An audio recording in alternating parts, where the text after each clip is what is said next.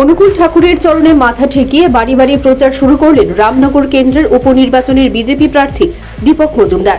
রাস্তায় শত শত কর্মী নিয়ে মিছিল করে বাড়ি বাড়ি প্রচার শুরু করেছেন তিনি। সঙ্গে ছিলেন যুব মোর্চা, মহিলা মোর্চা এবং মণ্ডলের বিভিন্ন স্তরের নেতৃত্ব। প্রচারে দলীয় কর্মীদের উপস্থিতি ছিল প্রত্যক্ষ করার মতো। প্রচার সম্পর্কে প্রার্থী দীপক মজুমদার বলেন, তিনি প্রত্যেক বাড়িতে গিয়ে গণদেবতার আশীর্বাদ চাইবেন, তবে সময় অনেক কম। যদি কারোর বাড়িতে না যেতে পারেন তাহলে কাজের মধ্য দিয়ে তাদের সঙ্গে তিনি দেখা করবেন।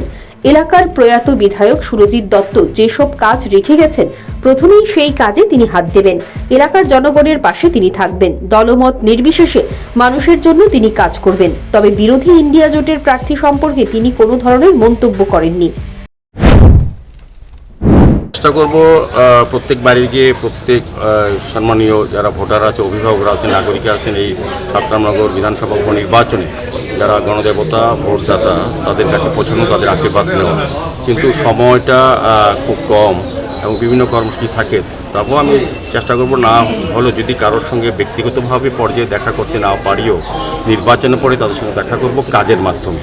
আমার দেখাটা হবে কাজ করার মাধ্যমে, সুবাদে ওই এলাকার, ওই মহল্লায়, ওই বিধানসভা অন্তর্গত সমস্ত জায়গায় যে কাজগুলি সিপিএম পরিচালিত বামফ্রন্ট সরকার বা পৌর নিগম তৎকালীন যারা দায়িত্বে ছিলেন, যারা কাজগুলি করেননি, আমাদের সরকার আসার 2018-তে আমাদের বিজেপি নেত্রী সরকার আসার পর আমাদের রামনগর বিধানসভার যিনি প্রয়াত বিধায়ক জননেতা সুরজিৎ দত্তের মাধ্যমে অনেক উন্নয়ন হয়েছে। তারপরও যে কাজগুলি করা সম্ভব হয়নি বা সুরজিৎ দত্ত যে কাজগুলি করার জন্য চিন্তা ভাবনা করে গেছিলেন, ওনার যে চিন্তা ভাবনা অকাল প্রয়োজনে যেটা করতে পারেনি সেগুলি প্রায়োরিটি বেশি করব এবং সবার সঙ্গে আমি দেখা করব। নির্বাচনে এই সময়টা হয়তো সবার কাছে সরাসরি হয়তো অনেক বুথে যেতে পারবো না, কিন্তু আমি বুথ মিটিং করব, পদযাত্রা করব, সভা করব। আমাদের দলীয় তরফ থেকে, আমাদের সরকার তরফ থেকে রাজ্যের এবং দেশের উন্নয়নে মোদিজির পক্ষে আমরা ভোট চাইব এবং আমাদের যিনি প্রার্থী পশ্চিম ত্রিপুরা লোকসভা আসনে প্রাক্তন মুখ্যমন্ত্রী বিপ্লব কুমার দেবের পক্ষে আমরা ভোট চাইব। রামনগরবাসীরা আমাদের আশীর্বাদ করবেন। আমি নিজে প্রার্থী ছিল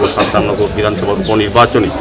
আমাকে আশীর্বাদ করার জন্য আপনাদের মাধ্যমে সকল ভোটদাতাদের কাছে আন্তরিক প্রত্যাশা করছি এবং আশীর্বাদ আমাকে করবেন, কাজ করার সুযোগ দেবেন, এই বিশ্বাস রাখি আমি রামনগরের সার্বিক উন্নয়নে সকলকে নিয়ে কাজ করার চেষ্টা করব। সকলের কাছে আমি যাব, সকলের 7 রামনগর কেন্দ্রের বিজেপি প্রার্থীর প্রচারকে কেন্দ্র করে শুক্রবার সকালে সরগরম ছিল রামনগর এলাকা। ইতিমধ্যেই রামনগর কেন্দ্রের রাস্তাঘাট সহ সমস্ত অলিগুলি সেজে উঠেছে। Bureau report, news prime Tripura.